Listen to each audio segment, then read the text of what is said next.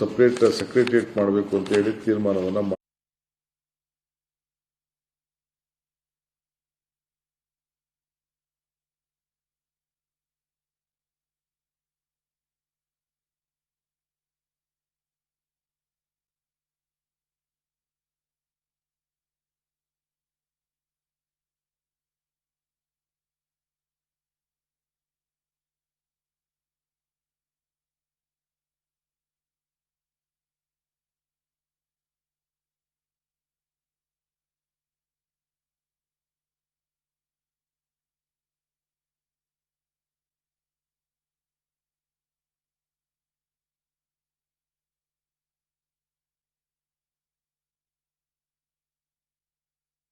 ಮನಮೋಹನ್ ಸಿಂಗ್ ಅವರು ಇದ್ದಾಗ, Pranab Mukherjee prime minister ಇದ್ದಾಗ ಅವ್ರದ್ದು ಎಲ್ಲಿದೆ, ಎಲ್ಲಿ CSR ಬಳಕೆ ಆಗ್ತಾ ಇದೆ ನಮ್ಮ ರಾಜ್ಯದಲ್ಲಿ ಅಂತೇಳಿ ಮಾಹಿತಿನ ಸರ್ಕಾರದಲ್ಲಿ ಇಡಬೇಕಾಗ್ತದೆ. ಅವ್ರಿಗೇನು ಚೌಕಟ್ಟಿನ ಕೆಲಸ ಮಾಡ್ತಾ ಇದ್ದಾರಾ, ಇಲ್ಲ ಯಾವ್ದಾರ NGOs ಕೊಟ್ಬಿಟ್ಟು ವಾಪಸ್ ಒಂದಷ್ಟು ದುಡ್ಡು ಇಸ್ಕೊತಾ ಇದ್ದಾರಾ, ಅವ್ರು ಯಾವ ರೀತಿ ಯೂಸ್ ಮಾಡ್ತಾ ಇದ್ದಾರೆ, ಇವೆಲ್ಲ ಕೂಡ ಒಂದು ದಾಖಲೆಗಳನ್ನು ನಾವು ಕಲೆಕ್ಟ್ ಮಾಡಿಕೊಂಡು ವೇರ್ ದಟ್ CSR, ಯಾಕೆಂದರೆ ನಮ್ಮ ದಾಖಲೆ ಪ್ರಕಾರ 8,000 ಕೋಟಿ ರೂಪಾಯಿ CSR ಫಂಡು ಕರ್ನಾಟಕದಲ್ಲೇ ಇದು ಖರ್ಚಾಗಬೇಕಾಗಿದೆ. ಈ ಹಿನ್ನೆಲೆಯಲ್ಲಿ ಎಲ್ಲಿಗೆ ಹೋಗ್ತಾ ಇದೆ, ಏನು ಮಾಡ್ತಾ ಇದೆ ಅಂತೇಳಿ ನಾವೀಗಾಗಲೇ ಪ್ರತಿಯೊಂದಕ್ಕೂ ಕೂಡ 3 ಪಂಚಾಯತಿಗೆ ನಾವು ಒಂದೊಂದು ಶಾಲೆ ಮಾಡ್ತೇವೆ ಅಂತೇಳಿ ನಾವು ಮಾತು ಕೊಟ್ಟಿದ್ದೇವೆ. ಸೊ ಅದಕ್ಕೆ ಅವರು ಐಡೆಂಟಿಫಿಕೇಶನ್ ಮಾಡಬೇಕು, ಅವರು ಜಾಗಗಳನ್ನೆಲ್ಲ ಗುರುತಿಸ್ಬೇಕು, ಅವರು ಎಲ್ಲೆಲ್ಲಿ ಏನೇನು ಅಂತೇಳಿ ಜಾಗಗಳನ್ನು ಗುರುತಿಸಿ ಈಗ ಅದಕ್ಕೆ ಹೊಸ ನಮ್ಮ ಪಾಲಿಸಿ ಏನು ಈಗ ಬಿಡುಗಡೆ ಆಗ್ತದೆ, ಈಗಾಗಲೇ ಕ್ಯಾಬಿನೆಟಲ್ಲಿ ಪಾಸ್ ಆಗಿದೆ. ಅದನ್ನು ನಾನು 2-3 ದಿನದಲ್ಲಿ ನಾನು ಫುಲ್ ಗೈಡ್ಲೈನ್ಸ್ ನಾನು ಬಿಡುಗಡೆ ಮಾಡ್ತೇನೆ. ಸೊ ಎಲ್ಲ ಜಿಲ್ಲಾಧಿಕಾರಿಗಳು ಯಾವ ಇಂಡಸ್ಟ್ರೀಸ್ ಇದೆ, ಬೆಂಗಳೂರು ನಗರದಲ್ಲಿ ಎಲ್ಲೆಲ್ಲಿದೆ, ಅವ್ರ ಹಣ ಯಾರು ಪ್ರಾಫಿಟಬಲ್ 2% ಎಲ್ಲಿ ಖರ್ಚು ಮಾಡ್ತಾ ಇದ್ದಾರೆ ಅಂತ ಹೇಳಿ ಸರ್ಕಾರಕ್ಕೂ ಅವರು ಮಾಹಿತಿಯನ್ನು ಅವರು ಕೊಡಬೇಕಾಗ್ತದೆ. ಆಮೇಲೆ ಸರ್ಕಾರ ಕೂಡ ಅವರಿಗೆಲ್ಲ ಒಂದು ಅಫಿಷಿಯಲ್ ಆಗಿ ಅವ್ರಿಗೆ ರಿಕ್ವೆಸ್ಟ್ ಮಾಡಿ, ನಮ್ಮ ಪ್ರಯಾರಿಟಿ ಪ್ರೈಮರಿ ಎಜುಕೇಷನ್ನು, ನೀವೆಲ್ಲ ಪ್ರೈಮರಿ ಎಜುಕೇಷನ್ ಸಂಬಂಧಪಟ್ಟಂತೆ ನಿಮ್ಮ ಶಾಲೆಗಳನ್ನು ಕಟ್ಕೊಡ್ಬೇಕು ಮತ್ತು ಯಾರ್ಯಾರ ಕೈಯಲ್ಲಿ ಇನ್ಫ್ರಾಸ್ಟ್ರಕ್ಚರ್ಗೆ ಮತ್ತು ಬೇರೆ ಬೇರೆ ಈ ಒಂದು ಎಜುಕೇಷನ್ ಪ್ರೈಮರಿ ಎಜುಕೇಷನ್ಗೆ ಒತ್ತನ್ನು ಕೊಡಲಿಕ್ಕೆ ಕೆಲವು ಸ್ಕೂಲ್ ಎಕ್ವಿಪ್ಮೆಂಟ್ಸ್ ಇರ್ಬೋದು, ಬಿಲ್ಡಿಂಗ್ ಇರ್ಬೋದು, ಅವೆಲ್ಲ ಕೂಡ ನಾವೇ ಅವರಿಗೆ ಏನೇನು ಬೇಕು ಅಂತೇಳಿ ಪಟ್ಟಿ ಕೊಟ್ಟು ಹೊಸ ನಯಾ ಸ್ಕೂಲ್ಗಳನ್ನೇ ಮಾಡಲಿಕ್ಕೆ ಅವರೆಲ್ಲರೂ ಕೂಡ ಇದಕ್ಕೆ ಪ್ರಯಾರಿಟಿ ಕೊಡಬೇಕು. ಆಮೇಲೆ ಹೆಲ್ತ್ಗೆ ಹೋಗ್ತೀವಿ ನಾವು. ಫಸ್ಟು ಈಗ ಪ್ರೈಮರಿ ಎಜುಕೇಷನ್, ಬೆಂಗಳೂರಿಗೆ ಜನ ಬರೋದನ್ನು ತಪ್ಪಿಸ್ಬೇಕು, ವಲಸೆ ಬರೋದನ್ನು ವಿದ್ಯಾಭ್ಯಾಸಕ್ಕೋಸ್ಕರ. ಆ ದೃಷ್ಟಿಯಿಂದ ಈ ಪಾಲಿಸಿ ಈಗಾಗಲೇ ತಯಾರಾಗಿದೆ. ಇನ್ನೊಂದು 5-6 ದಿನದಲ್ಲಿ ಕಂಪ್ಲೀಟ್ ನಿಮಗೆ ಮಾಹಿತಿಯನ್ನು ನಾವು ಕೊಡ್ತೇವೆ. ಆಮೇಲೆ ಒಂದು NRI ಭಾಳ ಜನ, ನಾನು ಹಿಂದೆ ಮಾತು ಕೊಟ್ಟಿದ್ದೆ, ನಮ್ಮ ಮ್ಯಾನಿಫೆಸ್ಟೋಲ್ಲೂ ಹೇಳಿದ್ದು, ಒಂದು NRI ಸಪ್ರೇಟ್ ಸೆಕ್ರೆಟರಿಯೇಟ್. ಯಾಕೆಂದರೆ ಭಾಳ ಜನ ಇನ್ವೆಸ್ಟರ್ಸು ಬಂದು ನಮ್ಮ ಕರ್ನಾಟಕದಲ್ಲಿ ನೋಡ್ತಾರೆ. ಅದಕ್ಕೆ ಒಂದು ಸಪ್ರೇಟ್ NRI ಸೆಕ್ರೆಟರಿಯೇಟ್ನ ಮಾಡಿ, ಸೊ ಯಾರೇ ಬರಲಿ NRI ಅವ್ರಿಗೆ ಏನೇನು ಫೆಸಿಲಿಟಿ ಮಾಡಿಕೊಡ್ಬೋದು, ಏನೇನು ಸಹಾಯ ಮಾಡ್ಬೋದು ಇರೋಂಥ ಸಿಸ್ಟಮ್ನಲ್ಲಿ.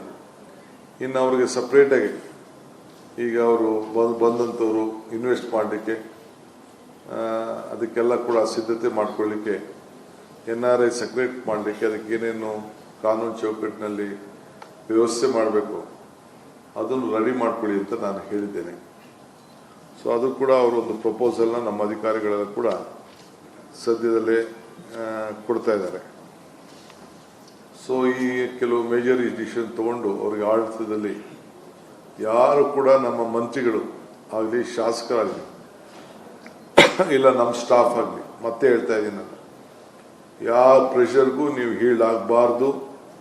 ಕಾನೂನು ಚೌಕಟ್ಟಿನಲ್ಲಿ ಇದ್ರೆ ಮಾತ್ರ ಮಾಡಬೇಕು. ಅದಕ್ಕೆ ಎಲ್ಲದಕ್ಕೂ ಕೂಡ ಸೊಲ್ಯೂಷನ್ ಇರ್ತದೆ. ಆ ನಿಟ್ಟಿನಲ್ಲಿ ಜನರ ಸೇವೆಯನ್ನು ಮಾಡಬೇಕು ಅಂಥೇಳಿ.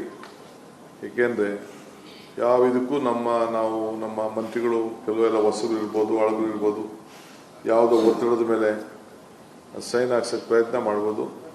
ನೀವು ಯಾವ ಕಾರಣಕ್ಕೂ ಹೀಲ್ಡ್ ಆಗಬಾರ್ದು.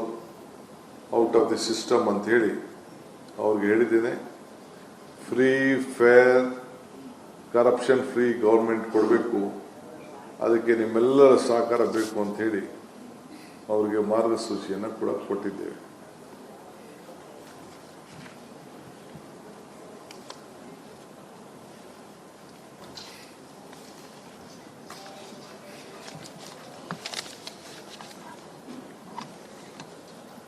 ಪೊಲೀಸವ್ರಿಗೂ ಅಷ್ಟೇ ಪ್ರತಿ ತಾಲೂಕಲ್ಲೂ ಒಂದು ಸಪರೇಟ್ ಸ್ಕ್ವಾಡ್, ಈ ರೌಡಿಗಳ ಸ್ಕ್ವಾಡ್, ಒಂದು 10 ಜನ ಪೊಲೀಸ್ ಕಾನ್ಸ್ಟೇಬಲ್ನ ನೇಮಕ ಮಾಡಿ ಪ್ರತಿ ತಾಲೂಕಿನಲ್ಲೂ ಕೂಡ ಬರೀ ರೌಡಿಗಳನ್ನ ಅವರು ಟ್ರೇಸ್ ಮಾಡ್ತಾ ಇರೋದು, ಕರ್ಕೊಂಡು ಬರ್ತಾ ಇರೋದು, ದಾರಿಗೆ ತರೋದು, ಅವ್ರ ಮೇಲೆಲ್ಲ ನಿಗಾ ಇಡೋಂಥದ್ದು, ಎಲ್ಲೂ ಕೂಡ ಅವರು ಯಾರ ಮೇಲೂ ಕೂಡ ಆ ಕ್ರಿಮಿನಲ್ ಆ್ಯಕ್ಟಿವಿಟೀಸ್ ಮಾಡಬಾರ್ದು.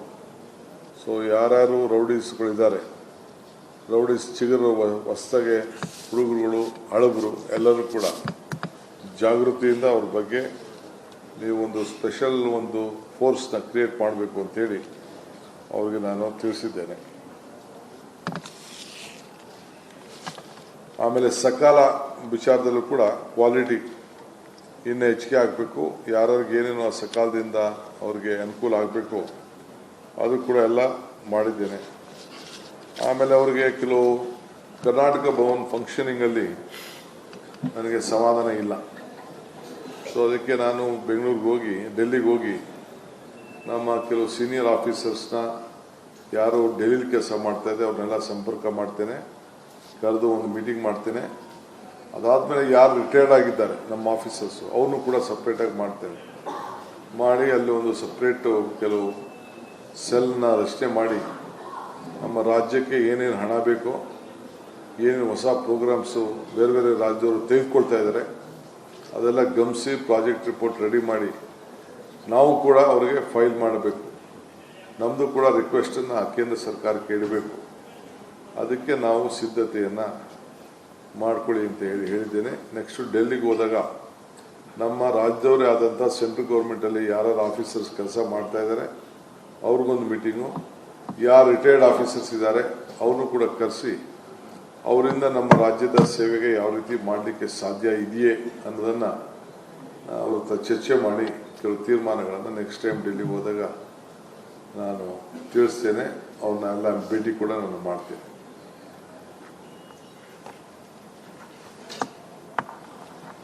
ಇಷ್ಟೇ, ಇನ್ನೇನು ಇದೆಯಾ?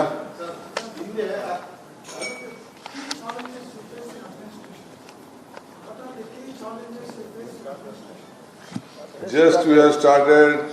I have given an opportunity to give them 15 days time to submit their report. Let me see. They should tell ಏನು ಮಾಡೋಕ್ಕೆ ಸಾಧ್ಯ, ಏನು ಮಾಡೋಕ್ಕಾಗಲ್ಲ, ಏನು ನಮ್ಮ ಪ್ರೋಗ್ರಾಮ್ಸ್ ಇದೆ, ಏನು ಮ್ಯಾನಿಫೆಸ್ಟೋ ಎಲ್ಲ ಹೇಳಿದ್ದೀವಿ, ಬಜೆಟ್ ಹೇಳಿದ್ದೀವಿ, ಅದೆಲ್ಲ ಕೂಡ ಅದನ್ನು ಯಾವ ರೀತಿ ಇಂಪ್ಲಿಮೆಂಟ್ ಮಾಡ್ಬೋದು, ಏನೇನು ಸಮಸ್ಯೆ ಇದೆ ಅಂತೇಳಿ ಅದ್ರ ಬಗ್ಗೆ ಕೂಡ ಚರ್ಚೆ ಮಾಡ್ತೇವೆ. ಅವ್ರು 15 ದಿನದಲ್ಲಿ ಒಂದು ರಿಪೋರ್ಟ್ ಕೊಡಿ ಅಂತ ಹೇಳಿದ್ದೇನೆ.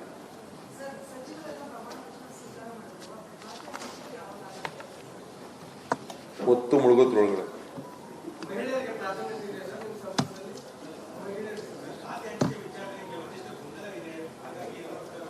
ನಿಮ್ಗೇನೋ ಗೊಂದಲ ಇರಬೇಕು. ಇನ್ನೂ ಅನೌನ್ಸ್ ಆಗಿಲ್ಲ, ಎಲ್ಲಿ ಗೊಂದಲ?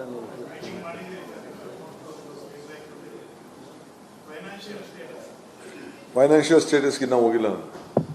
ಮುಂದಿನ ದಿನಗಳಲ್ಲಿ ಖಾತೆ ಒತ್ತು ಮುಳುಗಲಿ.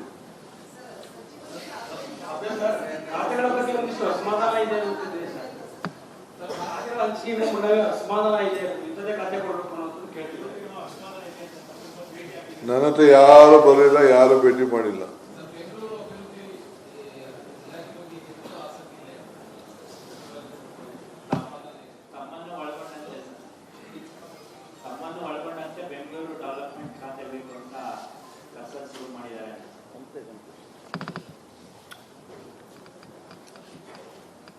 ಗಾಳಿಲಿ ಮಾತಾಡೋದಕ್ಕೆಲ್ಲ ಉತ್ತರ ಕೊಡೋಕ್ಕಾಗಲ್ಲ. ಊಹಾಪೋಹದ ಮೇಲೆಲ್ಲ ಮಾತಾಡೋಕ್ಕೆ ನಾನು ತಯಾರಿಲ್ಲ. That is old Shivakumar.